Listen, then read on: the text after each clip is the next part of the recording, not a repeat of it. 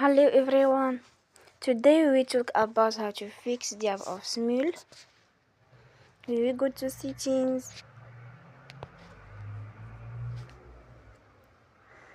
then we click on apps. After that we search the app Smule and we click. Then you will on forward stop.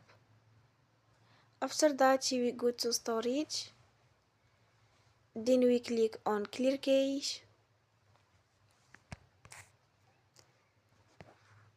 In the end, turn your phone and you will recharge your phone again.